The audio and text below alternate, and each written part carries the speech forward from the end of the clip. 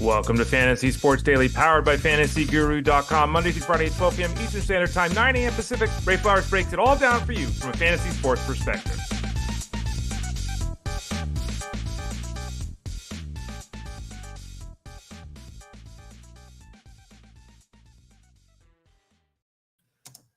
Hey there, folks. How you doing? Oh, it might have been a little hot. I don't know how good the microphone picks it up, so sorry if that was hot, folks. Ray Flowers of FantasyGuru.com. Didn't mean to blow your eardrums out here at the start of the day.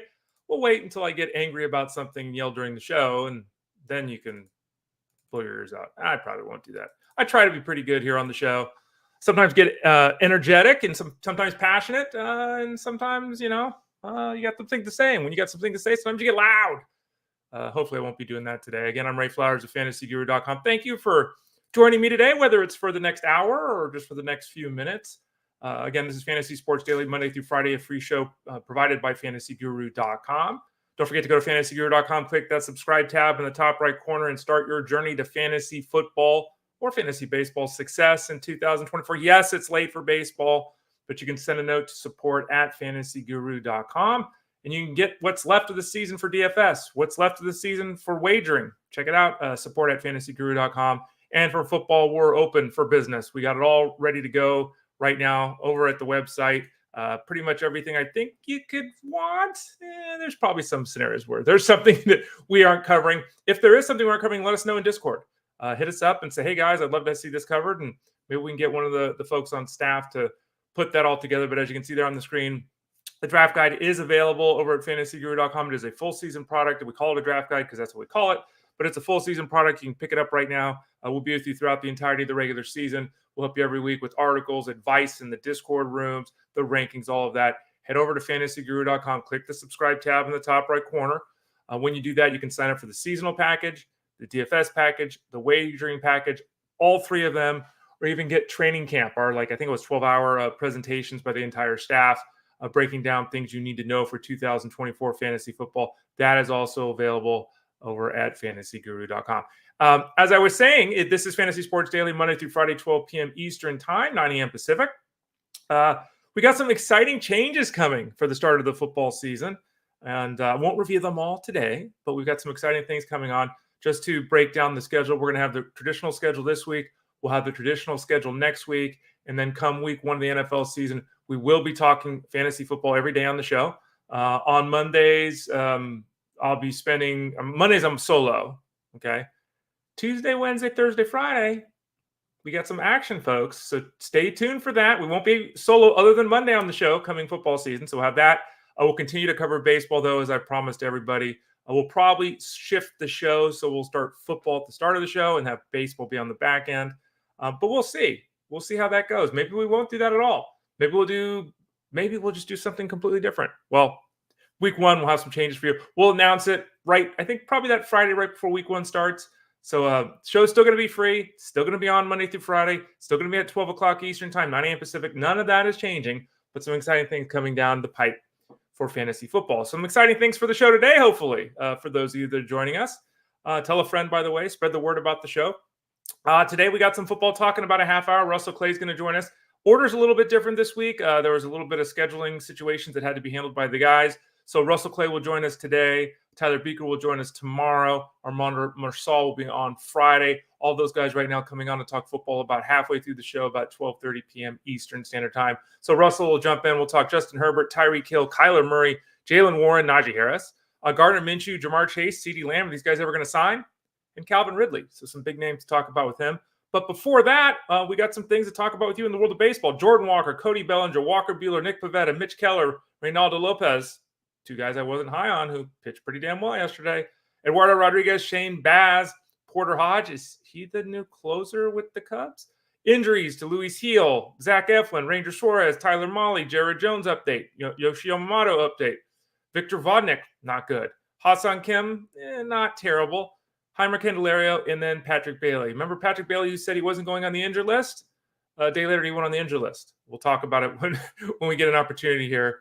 Again, I'm Ray Flowers of FantasyGuru.com. Follow me here on the show, and also follow me on Instagram, Twitter, X, all those places at the Ray Flowers. Okay, let's dive in and start talking. Jordan Walker And today, by the way, just started putting it together before the show. I'll have it up after the show today over at fantasyguru.com. I'm doing a once a month update on the rookies. So that will be out today. Jordan Walker's not a rookie. Obviously, he's a second-year player, but he's still very young in his career. And, if you remember back the preseason last year, many people were calling for Jordan Walker to win Rookie of the Year. Many people were predicting a 2020 season for him. And a lot of people, they weren't saying generational talent. Like I hate that term. They weren't saying it anyway. But they were saying, dude's going to go 2020 and win Rookie of the Year. They were saying that. Didn't happen last year. It was an up and down season. I think overall it was successful for a player of his age and experience level. Coming into this season, there was some hope. Okay, let's run it back. Let's see the expectations were last year. This is the same guy. He's got a year of experience. Here we go. It just hasn't happened. And the fact is that he has struggled. He struggled to produce in the minors. He struggled to lift the baseball.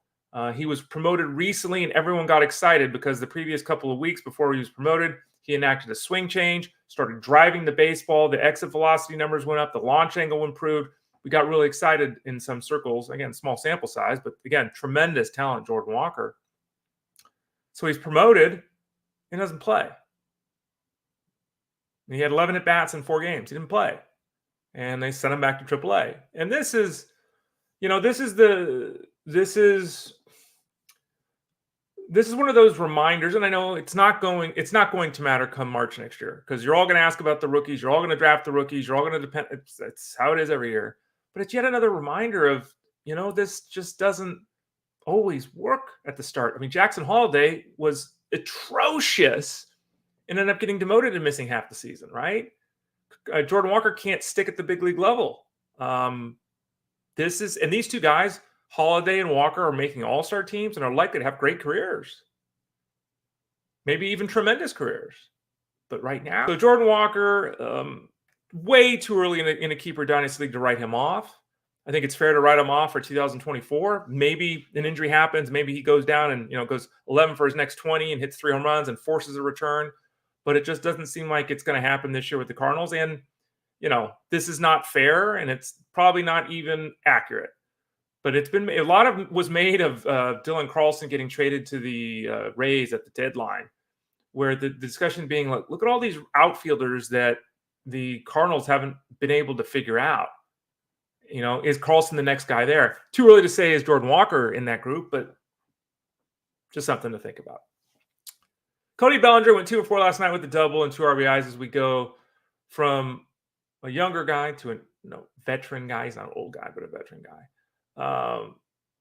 This month he's hitting 250 with a 305 on base percentage as Bellinger. And, he's missed time this year with injury. And as we talked about in the preseason, he's one of the most difficult guys to figure out this year because the truth of the matter is that he was extremely productive. He went 2020, hit 300 last year.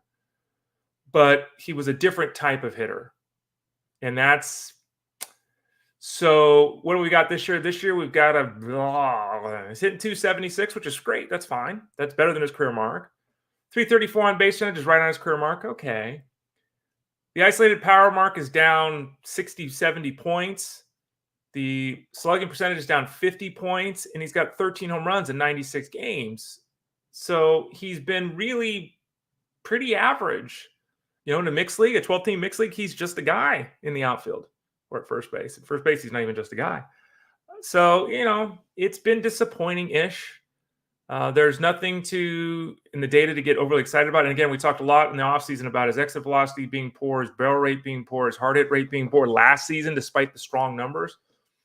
This year, his barrel rate's the same, but his exit velocity is down and his hard hit rate's down even more. I'm not hopeful of a strong finish from Cody Bellinger. We'll see. He's got the talent to do it, no question. But it's not gone quite according to plan for Cody Bellinger. Walker Buehler, so from former Dodger to current Dodger, Walker Buehler, I just said this about Jordan Walker. Walker Buehler can't be counted on this year, period.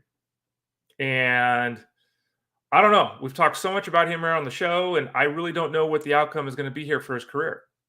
I do know that in 2024, he's just a dude. And he's barely in the streaming conversation, if he's even in the streaming conversation. To be honest, I hope he's not for you. Last night, he allowed 3 runs, 7 hits over 4 innings against the Mariners. The velocity was down last night. the spin rate, the movement on his pitches was down last night. The results were poor. You know, the Mariners are not a good offense. Just not, there's nothing there. And this continues the trend of the troubling trend. Because remember, this goes all the way back to almost a year ago from today. We were hoping all year last year that we would see Buehler be back in September and he could help the team down the stretch into the playoffs. That never happened. And then this year, slow played. They promote him. He doesn't look right. They send him down. He goes and works with the off-site, pitching gurus. Nothing is working. His arm is not rebounded from the surgery. It hasn't. And what are we, 2 years removed from the surgery? So I don't know. Again, we talk about this all the time. Most guys come back from Tommy John surgery and are fine, but a percentage of them never are fine. And a percentage of them actually never come back. So Buehler's at least come back. But is the Walker Buehler we all know and love in there anymore? Answer is right now, we don't know. And the answer for certain is it's not happening right now in 2024. Nick Pivetta had a no decision last night against the Astros, and the Astros are white hot. They're top 5 in WOBA the last couple of weeks. The offense is really starting to improve. Jordan Alvarez is killing it of late. Yainer Diaz is having tons of success. Maybe, I don't know, maybe Kyle Tucker will play this season. I don't know. We'll see. So, Nick Pivetta giving up 5 runs in 5 innings against the Astros is not a shock. It's 2 strikeouts, not good. That usually is something Pivetta brings as a strikeout, right? And, he basically has looked very, very moderate since he had that break for having a little bit of tired arm. And last night was actually the 5th consecutive outing where he's allowed at least 2 home runs. That doesn't work. Doesn't matter if your strikeout rate is 30%. That doesn't work. So Pivetta now is, it's like, it's hard not to start him. You still, besides last night, you still generally get the strikeouts with him, but there are growing concerns. The long ball, which has been with him for a long time, but the long ball is right there in your face right now. The production is starting to wane, and then, he had the little bit of the arm issue. So we'll see. Next time out, he's not an obvious, you got to start guy. I'm still hopeful that he'll be that guy the rest of the season. But right now, he's in a little bit of a funk. Now, these next 2 pitchers were guys that I said on this show, as well as in Discord, don't start yesterday, and I was flat wrong on both of them. So I'll just say that at the top, and I'm not going to shy away from it. I could have just not talked about him, but hey, okay. Let's talk about it. Mitch Keller, who had allowed, 15 runs his previous 2 outings, 4 home runs his previous 2 outings, who had failed to last more than 12 outs in 3 of 6 outings coming into last night. So he's facing the Rangers last night, whose offense is improving. And he goes out and pitches one of his best games of the season out of nowhere. 7 scoreless innings, 9 strikeouts, just killed it. And totally out of nowhere. Very surprised by that. He does line up for another start on Sunday against the Reds. That is also not a start that I love. But now we have to sit there and say, okay, which guy, and this is the problem we run into. Which guy is the guy that's showing up on Sunday? Is it the guy we saw last night that dominated? Is it the guy the previous month that was not even league average? I have Keller. In the one league I have him, I started him yesterday. Now, why would I do that when I told other people not to? Because I'm in a 15-team mixed league and I have no one else to turn to. So the decision was kind of made for me.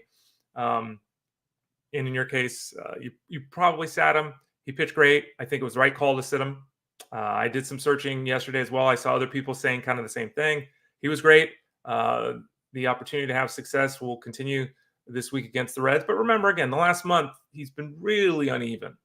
But that was a strong and impressive effort yesterday against the Rangers. Reynaldo Lopez in his first game back. I was very surprised that some of the computers, some of the programs, some of the matrix was saying to start Reynaldo Lopez, who'd been down with the forearm issue, coming back against the Phillies team. I was like, no, I'm just not into that. And lo and behold, Reynaldo Lopez comes out and shuts the Phillies down, basically gave up 1 run in 5 innings. 10 strikeouts?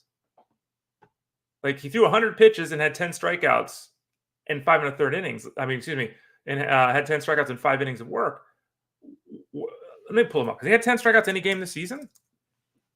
Let's look at this. I don't know if he has or not. We'll pull it up. He probably has at some point, but I'm not remembering it offhand. No. In fact, his career high or season high for strikeouts was 8. It was back in May, and that's the only time. Oh, and he also did it on June 13th. So in 2 of 20 starts, he had 8 strikeouts, and he had 10 yesterday. So he again pitched great against the Phillies, totally out of nowhere. It's great to see. He is obviously running up against workload concerns. His run prevention has been terrific this year. That effort yesterday dropped his ERA down to 2.05 on the season, which is phenomenal. We all know, at least we hope we do. We all know that's not who he is, and that's not what he's pitched to. His expected ERA is 4.3. His SIERA is 3.9. His xFIP is 3.7. So all the advanced measures say that ERA is at least a run and a half below where it should be. But there it is. Some guys beat the system. Lopez has beaten the system. He beat the Phillies yesterday. Very surprised by that. It was a great effort. Eduardo Rodriguez allowed a run in 5 1/3 innings against the Marlins. Struck out 5, walked 1. Solid effort for Rodriguez against a beatable opponent. Good for him. He went out and did that. He did 100 pitches, though, to get through 5 1/3 innings. 5 of the 6 hits he allowed were extra base hits. That's not good. He was very fortunate yesterday to have the success that he did, but he prevented the runs, okay? So that's 3 starts in for him. In 3 starts, he's got a 16% strikeout rate, which is pitiful. He's only walked a couple of guys, which is great. But there's work to do here because a 16% strikeout rate, as we know, doesn't work unless you're a big-time ground ball arm. And his ground ball to fly ball ratio this year is 1.11, and his career mark is 1.10. So he's not a big ground ball arm. He needs to up that strikeout rate to around the league average to have continued success. Overall, solid efforts here in the street since returning. Work to be done. He is in the streaming conversation right now, is Eduardo Rodriguez. Shane Baz, who is really, we've talked about him here on the show. He struggled. He's got a huge arm, very bright future. Was having an issue converting the arm talent into production at the big league level. Against the A's yesterday, 7 2/3 innings of shutout baseball. It's his first victory in 8 starts since he's returned from that Tommy John surgery. He only had 4 strikeouts and only 8 missed swings, which is but the results, again, it's another one of those pitchers last night who got the results, even when you look a little bit deeper, it's like, okay, but I think in the case of Keller, it's just okay. In the case of Lopez, I think it's okay, but in the case of the last 2, Rodriguez and Baz, it's okay, but like it's an issue with these last 2 guys. And Baz is interesting for a variety of reasons. Number one, like I said, that he's just a tremendous talent. He's 25 years old. He's got the potential, arm talent-wise, to be a Cy Young winner. Like, he's that talented. He's 8 starts in. He's got a 19% strikeout rate, which is 8, 9, 10 points below where people expect him to be. The walk rate's a little elevated, slightly above the league average. His left on base percentage is 79%, which has really helped him keep that ERA at 3.5. As an example, his xFIP is 4.6. So, a guy kind of getting his groove back at the major league level. He'll be somebody, especially if he finishes strong this year, that everyone is talking about in 2025. Who is the closer for the Cubs? We talked about this yesterday on the show, and I said, look, I think it's Jorge Lopez right now. And we had a comment. You can leave a comment, by the way, comments, questions while you're watching here live. If you're on Facebook.com/FantasyGuruHQ or on YouTube.com/@ElitePlusNetwork, you leave those comments. We address them at the end of the show. I kind of said, look, I think it's Jorge Lopez. We had a comment say, what about Jack Neely? Jack Neely was promoted yesterday, so maybe he's in the mix, but the save yesterday went to Porter Hodge. Porter Hodge, first save chance for the Cubs since they moved on from some Hector Neris. The 23-year-old rookie, that's the second save of the season. He's also got 2 blown saves, but he does have 9 holds. He's had a strikeout an inning, 3.6 home run to fly ball ratio. So Porter Hodge has been very fortunate with the long ball this year. Same time, he's got a 3% barrel rate. So no one's really squaring him up. So he's pitched very effectively this season. He is certainly in the mix. As we said yesterday, though, Jorge Lopez is the guy with the most experience in this bullpen. And as we also discussed, Jack Neely now is there. First opportunity goes to Porter Hodge. If you want to go run to the waiver wire and add Porter Hodge, okay, that's fine. I get it. I'm not sold on him being the guy. I don't know if there will be a guy. I don't know if it'll be a mix and match scenario. But the first one went for him. And as we discussed yesterday, Jack Neely is really intriguing now that he's up with the Cubs. Big arm. Now let's talk about some health situations. We've got a lot of those before we visit with Russell Clay and talk some football. Luis Hill left the game last night with back tightness. The team said that he's going to reassess things on sometime today, right? There's no imaging that is scheduled. So unless something happened last night, this morning, they're not planning on running MRIs or anything like that, which is obviously good news. They don't believe it's anything serious or overly serious with Hill. The problem with Hill is something that we've discussed on and on this season. He's at 124 and 2/3 innings right now. In 2020, he did not throw an official inning because of COVID. In 2021, he threw 108 innings. Okay, fine. So he's at 124 now. Okay, fine. Last 2 years, he's thrown 29 innings. And he's at 125 right now. Is this just his body wearing down? And that, even if it's not an injury to his back, that has to be considered. He's basically 100 innings above where he was the last 2 years. He had that hiccup where he was terrible. He's rebounded since then. He's been uneven though. He's walked. What did he walk? 6 guys last night. Like, how many guys did he walk last night? He's been very uneven. And if you've been counting on him still, despite everything we've talked about and everything that's happened and everything like that, I think you're in a tight spot now. He's given up 7 runs his last 7 innings while walking 8 guys. Now the back is barking. So kudos to him. Win for him. Great season for him. Concerns growing right now, even if the back issue does not rise to level of being a significant issue. Let's see here. All right. Let's go next to Zach Eflin. Zach Eflin, who becomes Oriole pitcher number 57 on the injured list. Every pitcher for the Orioles has been hurt. Jeez, they've dealt with a lot of injuries. He's got on the injured list with right shoulder inflammation. He was supposed to start today against the Mets. Obviously, that's not happening. We don't know when he's going to be back. Since he's joined the Orioles, he's made 4 starts. ERA is 2.1, whip is 1.0. I mean, he's pitched great. Likely Corbin Burns will go today. Maybe Cade Povich takes Eflin's spot in the rotation here moving forward. Eflin, we'll have to wait and see. I did not get a firm understanding of a timeline for a return with Eflin. That'll probably be something that comes later today. But this is troubling news. Anytime you have an arm issue, of course. Eflin has had a bunch of issues over the years, a lot of it having to do with his wheels, his legs. But he's always effective when he's out there. We'll see when he gets back out there for the Orioles. A big loss for the Orioles and obviously a big loss for all of us in the fantasy space because he's one of those guys you just pitch and don't worry too much about it. Ranger Suarez is going to return on Saturday against the Royals. That is not a good return. Royals are a really good team. They're very difficult to pitch to. Suarez is out with the back issue. Has been missed a longer period of time, than I think we were initially anticipating. Remember with Suarez, who was fantastic at the start of the season. The innings are piling up for him as well. His performance certainly was starting to slide prior to the back injury biting him. It's obviously possible he returns and he's refreshed and okay. But, he was pitching over his head. And it's very difficult to sustain that first half over the course of an entire season, right? It's just difficult to do. But he's going to get a chance on Saturday. And again, a rough spot against the Royals.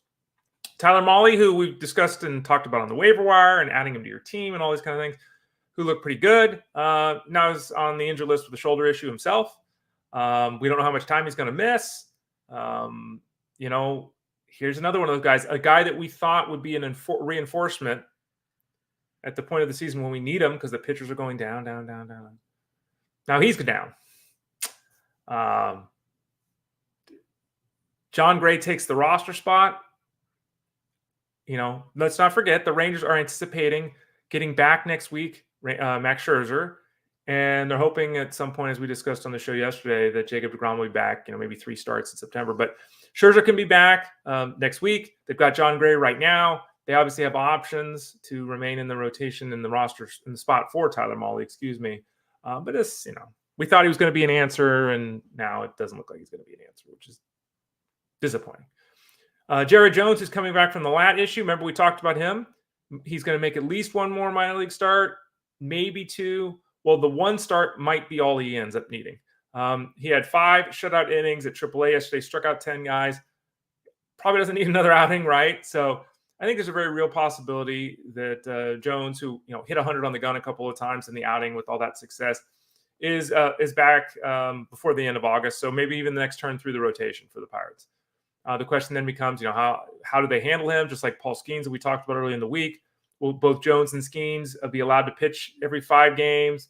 Will it be every 6 games? Will they be limited at 5 innings? Will they be limited at 75 pitches? On and on and on. But Jones is on the cusp of returning to continue what has been a strong rookie season.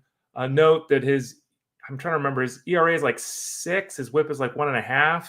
His last 6 starts, something like that, 1.4. He'll be in the write-up today, the rookie write-up over at fantasyguru.com. A little bit more information there. He had struggled a little bit before going down with the injury to his lat. Not surprising since he was so good this season. Unqualified win, thumbs up, all that kind of stuff. Dicey outlook for Jones in the month of September. Yoshinobu Yamamoto, he's got the shoulder issue. He's going to face live batters today as he takes that next step. He's going to then throw another simulated game later this week. Next week, he'll go and do some work down in the minor leagues to actually get in some game action. 3 weeks from now, September 10th to 15th, kind of in that Jacob deGrom zone, maybe 3-4 starts. He pitched as advertised when he was on the field, Yamamoto, but his shoulder issues really, it's been a buzzkill, right?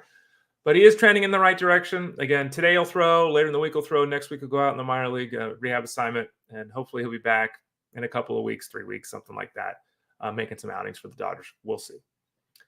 Victor Vodnik, who has taken over the 9th inning for the Rockies, for those of you that care, has right shoulder soreness. He was unavailable last night. He tried to throw yesterday. It didn't feel right. They shut him down. Angel Chivili got the save. We shall see what this means for Vodnik. We have no clarity at the moment. You know how these things go. He could be okay. Maybe he slept on it wrong. Alex Bregman. Maybe there's an issue here that's going to require an IL stint. Maybe they're going to shut him down. Vodnik, I think I saw yesterday or 2 days ago, I think he's thrown more pitches than any reliever in the National League. I think that was what I saw. Maybe don't quote me on that, but I think that's what I saw. But concerns there with what his availability is going to look like moving forward. Ha-Seong Kim, who we talked about on the show the other day, he has indeed been placed on the 10-day injured list with the shoulder situation that he is dealing with. The team believes, and the manager, Mike Schilt, said directly to the assembled media that the belief is that Kim will likely to require much longer than the minimum stay, isn't likely to require much longer than the minimum stay on the IL. So hopefully Kim is back in 10 to 15 days. Seems very reasonable at this point based upon all the tests they have run that is something that can come to fruition. So we'll keep a good thought that Kim is back out there at the start of September. Jeimer Candelario is placed upon the injured list. His 20th home run. He ends up on the injured list with a fractured left big toe.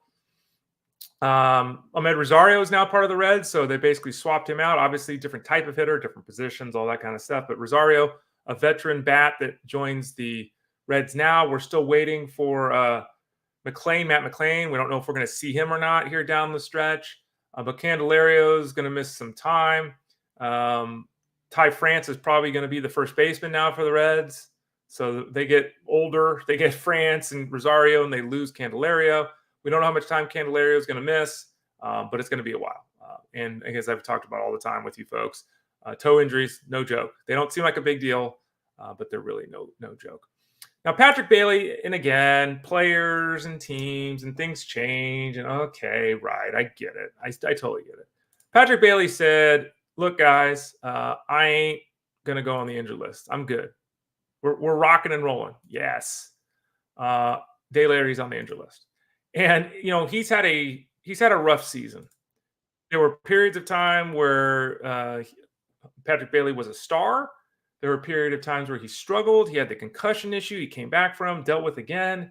Now he's dealing with the oblique issue, the Giant season again. No understanding at the moment how much time he's going to miss. Obliques are generally 2 to 6 weeks. Obviously, we've got 6 weeks left in the season. There's a chance his regular season is done. And barring something amazing happening, the Giants season is probably done. So therefore, it's possible that Bailey's season is over. So if you've got Bailey as your lone catcher, you got to make a different plan. If even as your second catcher, you have to make a different plan. and you got to go, because this is, again, something that could cost him the majority of the rest of the season. Unfortunately, his numbers last year and his numbers this year, he's played one game difference between last year and this year. It's almost the exact same. Batting average is exactly the same. The on-base percentage is up 14 points. The slugging percentage is down 15 points. And in the end, his OPS is 2 points different. He's almost been exactly the same producer as he was last year. 7 homers last year, 7 this year. A lot of similarity, and that's disappointing because at the start of the season, he was really good.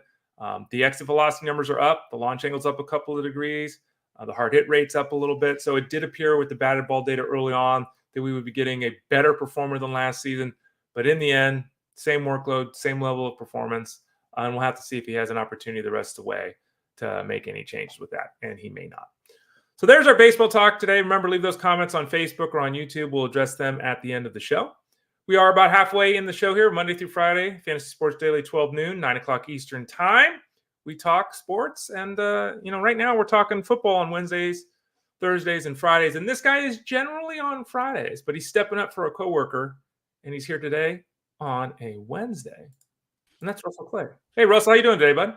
What's going on, Ray? What do you think of the upgrade to the house here? Yeah, Pretty I did. Good, right? I I was looking on Craigslist, perusing okay. The deals, and had the guy wheel it in yesterday. So, how long you been playing since you were little? Since you were younger? Yeah. Many years now. I have some talents. A talent I do not have is musical. No. So I never even I played sports my whole life, so I never even attempted to play an instrument. If I did, I think I might have tried the piano because that seems to fit kind of. But I can't sing. I don't know. Some people say I can't write, which is a problem since I write. But I certainly can't play an instrument. Do you play any other instruments besides the keys?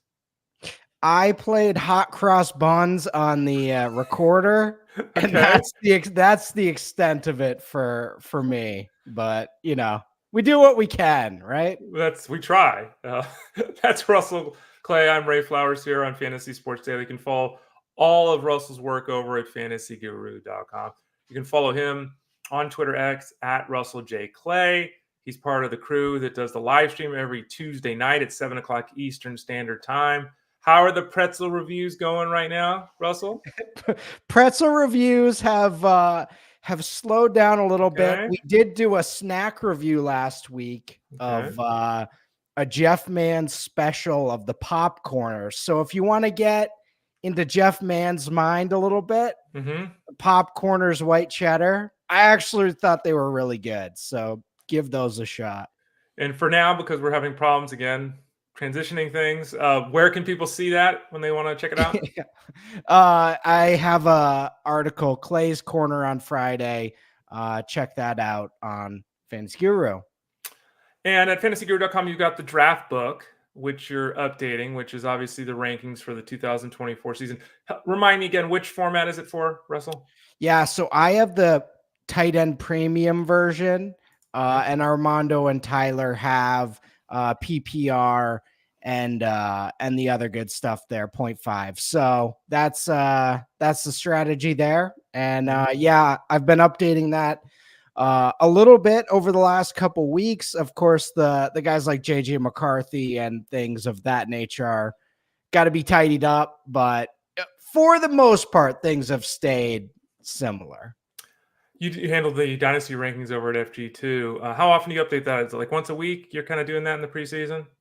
Once a week throughout the year, every Wednesday, I take a look, and some weeks there's not much, but of course the last 3 to 4 weeks have been pretty heavy with secondary players. So yeah, we're updating quite a bit right now.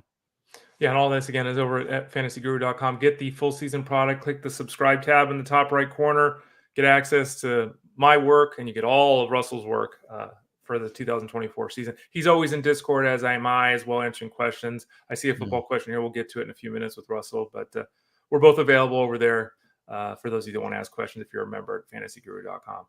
One of your guys, Russell, has been one of your guys, and you've had to defend him an awful lot. We've talked about your defense of him on the show. We've talked about him previously. It's Justin Herbert. Justin Herbert was the final pick last night. The final pick for one team. It was a 16th round pick last night as the second quarterback in the Sirius XM host league that both myself and Jeff Manns were in. He was taken as the second quarterback in that 16th round. And a lot of concerns about Herbert being available for week one because of the foot issue. He returned to practice on Monday. Seems like he's going to be fine for week one. Give us, again, one more quick rundown on your man, Justin Herbert, and his 2024 outlook. So my dynasty outlook on Justin Herbert is that he is very good and he's going to be very, very good for a long time. This is somehow shifted into a season-long take that is, of course, not looking great for this year just due to the injury. And we saw last year with the Deshaun Watson thing, when guys are coming into a new season with an injury, that can go a multiple of different ways. But my stance is that with Harbaugh, he is going to be very good for a very long time, as long as this lasts. And even if it's a run heavy system, for dynasty purposes, I'm not really worried about that. Especially when you think about the next couple of years, they're going to be drafting more weapons. Even if you're out on Quentin Johnston, they're going to be looking to bring more players in. So ultimately, I'm 100% confident Justin Herbert's going to be fine long-term. This year, we could be in for some problems for sure. According to ADP, no one really thinks we're in for problems with Tyreek Hill. I remain unconvinced. He, of all the elite receivers, plays the fewest amount of snaps on a weekly basis. He's constantly in and out of the lineup with cramps, it seems like. I think he had 14 children in the offseason. He wants to be a porn star. I'm not making this stuff up. He wants to be a porn star. I think he has, 10 kids? Wants to be a porn star. He's obviously had a litany of off-the-field issues growing up. Now he's wearing a brace on his right hand at practice. You got to pay a first-round premium for Tyreek Hill. Last 2 years, phenomenal numbers. You still paying that price in the first round or not, Russell? I am. He is age 30, though, and that is where things start to get really sketchy for these wide receiver careers. Of course, Tyreek Hill's been one of the most consistent wide receivers over the last decade, but we see a lot of very consistent wide receivers at this age. You mentioned the injuries, the cramps. We saw that start to build up last year at the end of the 2023 season. And we've seen guys like Julio Jones, who were incredibly consistent, completely fall off physically at age 30. Same thing with AJ Green, who was a guy that played every single game and was awesome. And then age 30 and it was just over. So I'll be very curious to see how this plays out. Yes, I am paying the first round price tag, but I would prefer some of these other guys in the first, the Bijan Robinsons of the world. But I think those concerns are very real that you mentioned. Russell Clay and Ray Flowers here on Fantasy Sports Daily. And I think most people, there's different ways to handle the quarterback, right? You go early for the hero quarterback. You kind of grab a mid-level guy. You just say they're all kind of the same and you wait. So there's different ways to stylistically to build that position on your fantasy squad. I think a lot of people look at Kyler Murray and say, he's a QB1 and all right, I'll take him. But, they're not overly excited. He's a small guy. There's been injuries, a little uncertainty with the performance. But the hype seems to be growing a little bit. And there's a lot of people that are saying not only is Kyler Murray a top 12 quarterback this season, like why aren't we talking about him next to a guy like Anthony Richardson? Like what? So where do you have Kyler Murray pegged in terms of the pecking order at the quarterback position this year? And how sold are you on him being not just a quarterback one, but a really good quarterback one? I love Marvin Harrison, and Marvin Harrison is going to cure a lot of ills for Kyler Murray over the next couple years, along with Trey McBride. That's just an incredible duo. And we have seen, while you can't make a quarterback better, you can inflate production. And so I think a lot of folks are looking at that and saying, okay, Kyler Murray was a solid fantasy quarterback without elite options. He had that 1 year with DeAndre Hopkins, but before that, he was very good without that. The running, he's a guy that could be looking at the Robert Griffin. Oh, I don't really want to run anymore after I've sustained a few injuries. So I am on the lookout for that, but he's still going to be an electric scrambler when push comes to shove. So if he can get through a full season, we're probably looking at top 10 fantasy production. However, I would be a little weary. I think he's accurately valued right now. And that rushing upside that was there, 2019, 2020, I don't believe that's there anymore. But, he can have enough rushing upside where he can compete with, the QB8 to QB10. With the Steelers, there's a lot of people out there that said all season long last year that Jaylen Warren was going to take over the backfield. Never happened. A lot of people seem to miss the fact that Najee Harris, who's been in this league for 3 years, has had 250 carries each of the 3 years. Warren's going to have a role. There's no doubt about that. And, maybe he eats into Harris's carry total a little bit this year compared to last season, maybe. But this is still, according to me at least, Najee Harris's backfield. And now we get Jaylen Warren dealing with a hamstring injury. And it sounds like he'll be okay for week 1, but it's a running back, it's a hamstring, you never know.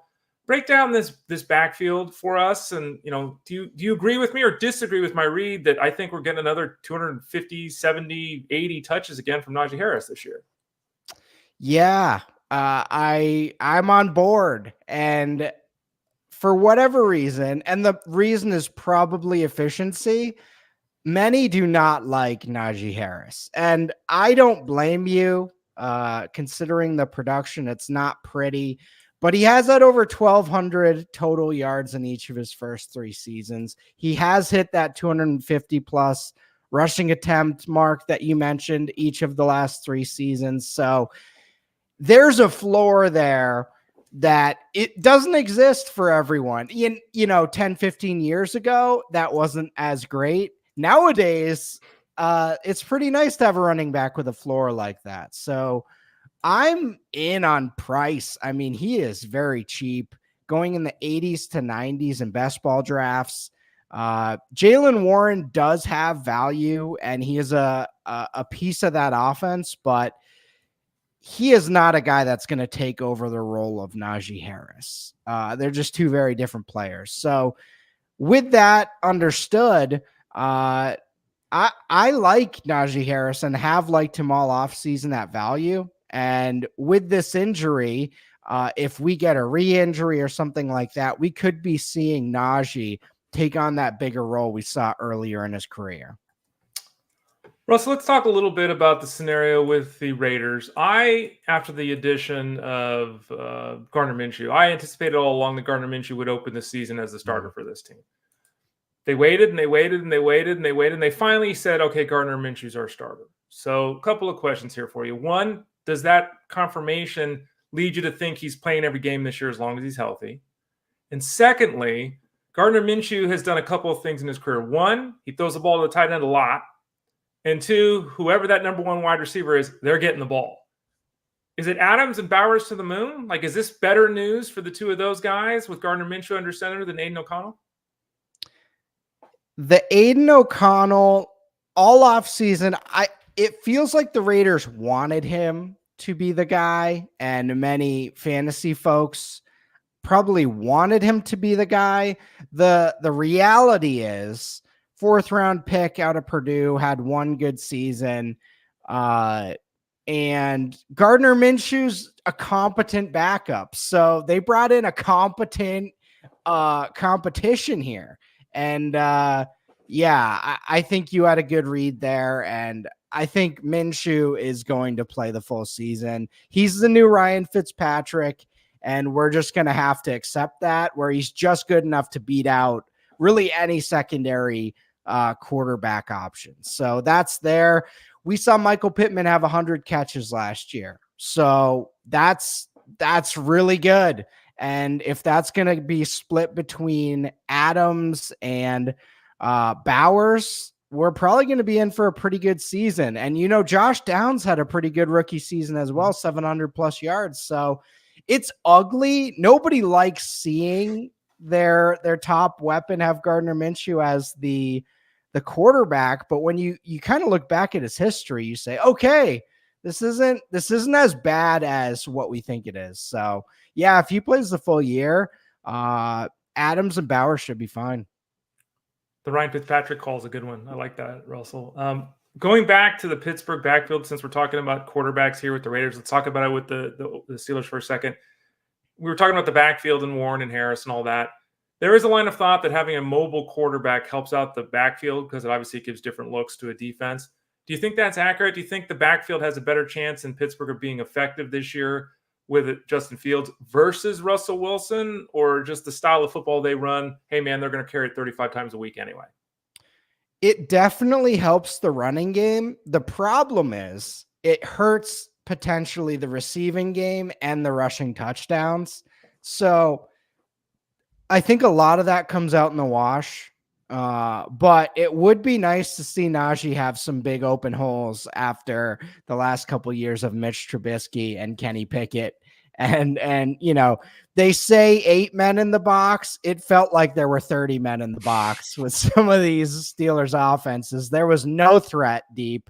Even with George Pickens there kind of threatening things, the lack of quarterback play, there was just no push back on the defense there.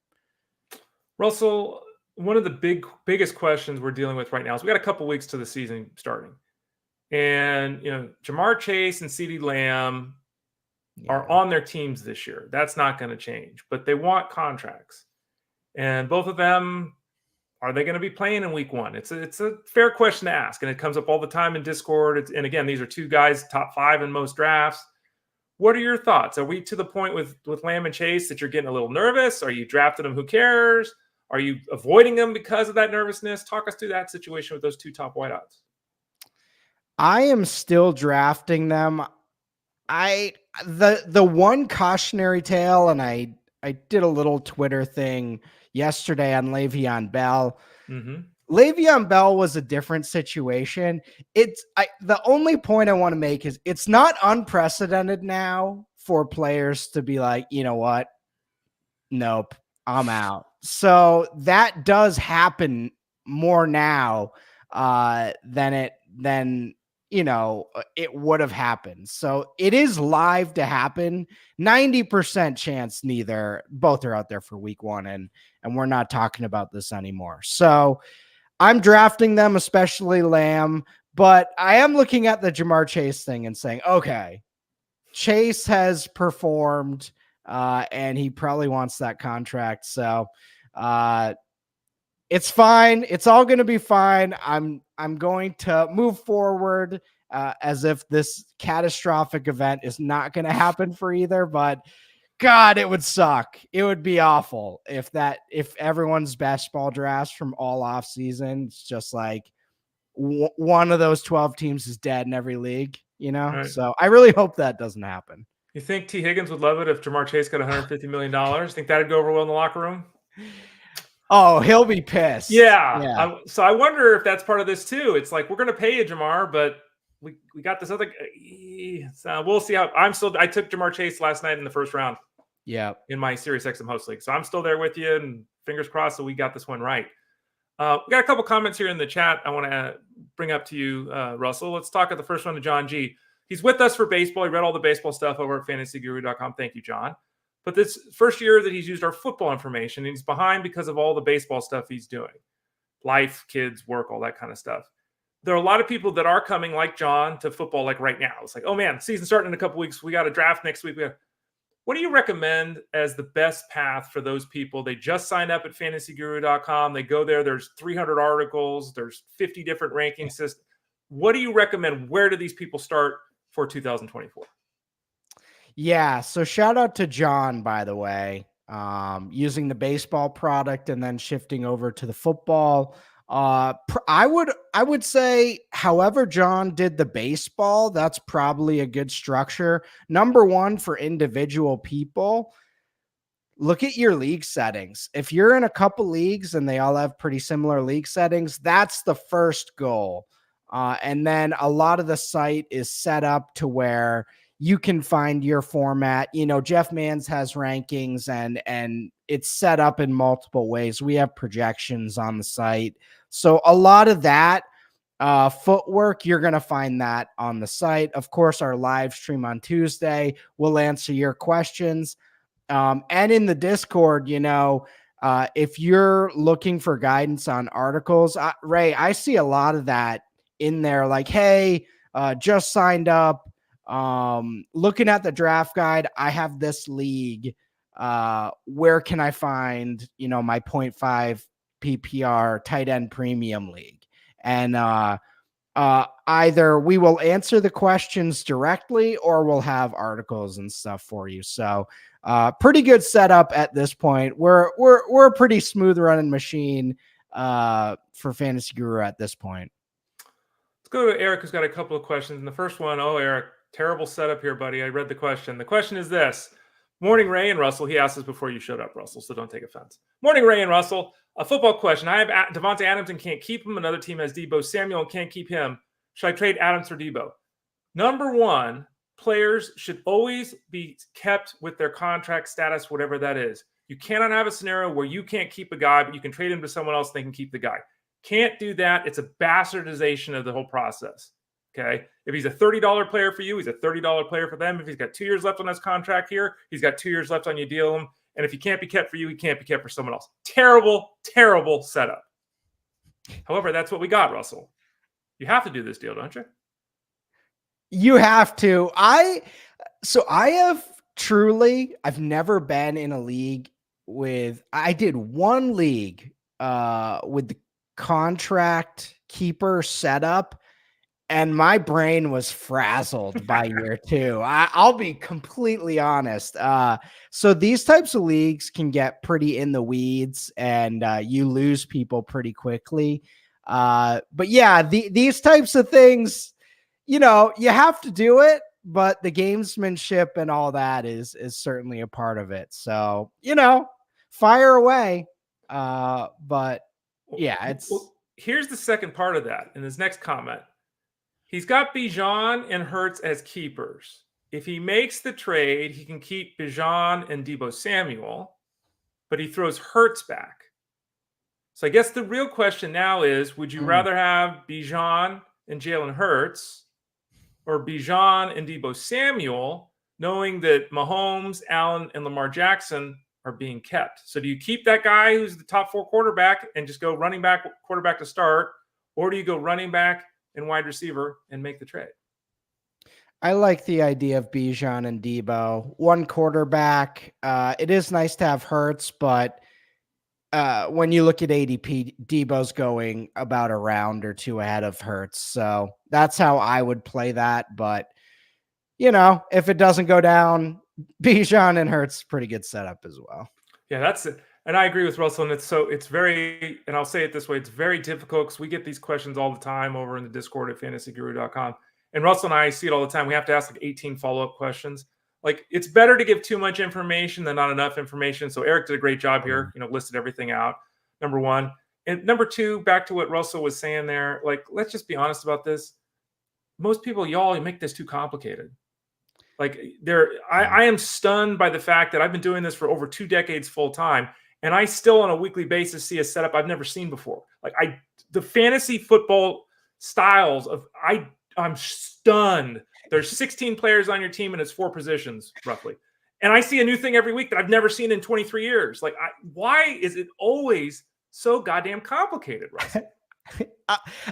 Seriously though, for fantasy football and the whole thing here, we're trying to win money in a high stakes league, or I want a simple league where I can have fun with my buddies. That's the 2 goals for me. I'm either trying to make money or, you know, have fun with it. So the more complicated I find, I won't say less fun, but the more brain power I got to fire up, you know, that is, can be an issue. He's Russell Clay. I'm Ray Flowers. Russell's normally with us on Fridays, and he'll be back on Friday next week. As he mentioned, he's got a ton of things going on with the website. He's in Discord answering questions all day. He's updating the rankings all the time.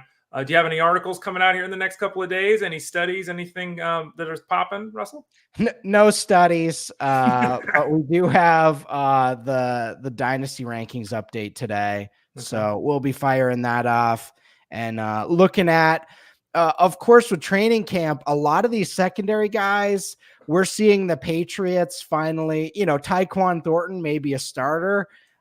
So we might have to look at some of those vets in New England and maybe cut them off the list. And little things like that, but they matter for the end of rosters for your dynasty league. So probably a lot of that today. Are you still doing best ball drafts? Is that something? Have you wrapped that up? So we did one best ball draft for drafters on the live stream yesterday, and that is probably going to be my last entry of the year. I know Tyler Beaker's doing, 5,000 best balls trying to max everything out, but right. I'm a mere mortal over here. I did about 30 best balls, and that's a pretty good setup for me. His goal was 150, right? Is that? Yeah. He's pushing for it. Apparently, there's a lot of overlay at drafters.com. They're not going to fill all their contests. So if you want to get in still, you can see it there on the screen. If you've never signed up at drafters.com, use that promo code ELITE.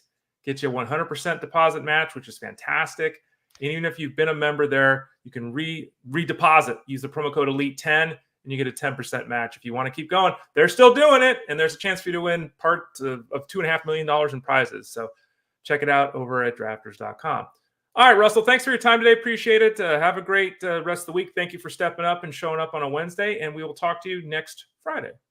Awesome. Thanks, Ray. You got it. Russell Clay, again, Russell J. Clay on Twitter X. Check him out there and over at fantasyguru.com. And go play a nice song. I should ask you to play a nice song on the way out today. There you go. It's just so much like Beethoven. It's just shocking. Thanks, Russell. All right, so last comment here before we shut things down here on the show. I see a question here from Kevin Thompson. Kevin, are you sold on Yusita as the guy in Tampa Bay? We talked about this when the injury happened to Peter Fairbanks earlier this week. I said that he's the number one guy to target. My read then and my read still is that it's going to be a shared scenario. I don't think that the Rays are going to have one guy closing in the ninth inning. I think it's going to be a mix and match scenario. Yusita is the guy that I would target, as I said at the time. He got the save last night. He's the guy right now, but I think he's the lead of a committee. So I wouldn't expect him to run with all the save opportunities while Peter Fairbanks deals with yet another injury, causing him to be sidelined for the Rays. So thanks for coming on the show, everybody, today, or thanks for joining me on the show today. You didn't come on. Only Russell Clay came on today, but thank you all for your time here over the last hour. We'll be back again tomorrow. Remember, Monday through Friday, 12 o'clock Eastern time, 9 a.m. Pacific time. Fantasy Sports Day. We have that big announcement coming up in terms of how we're going to handle things during the football season. That'll be about a week from now, so we're going to build a little bit of interest and excitement with that. I want to thank Russell J. Clay on Twitter X. Russell Clay, as you know him, for joining us today. We'll be back tomorrow. We'll talk a little bit of baseball for the first half of the show. Second half of the show, again, we'll talk football. Tomorrow, we're going to visit with Tyler Beaker, and we're going to talk to him about the wide receiver position, which is kind of his forte. He does it all, but it's kind of his forte. So we'll talk a lot about the wide receivers with Tyler tomorrow. Don't forget to go to fantasyguru.com today. My article on the rookies is going to be up in a little bit. I've had a couple of articles up this week talking about strikeouts and walks and kind of an overarching view of what's going on in the world of fantasy baseball right now. I'm also going to be on, since it's a Wednesday, with Jeff Mans on the Elite Sports Show on SiriusXM Fantasy Sports Radio. That show is Monday through Friday from 3 to 6 p.m. Eastern. I'll be on with Jeff 3 to 6 Eastern. And as I hinted at and said earlier today, both Jeff and I were on the SiriusXM Host Draft number 1 last night. You can check that out in the app. Just type in, fantasy football drafts and see how my team and Jeff Mann's team came together. Not fun drafting in the same league. We took each other's players. Jeff is telling everyone I stole his players.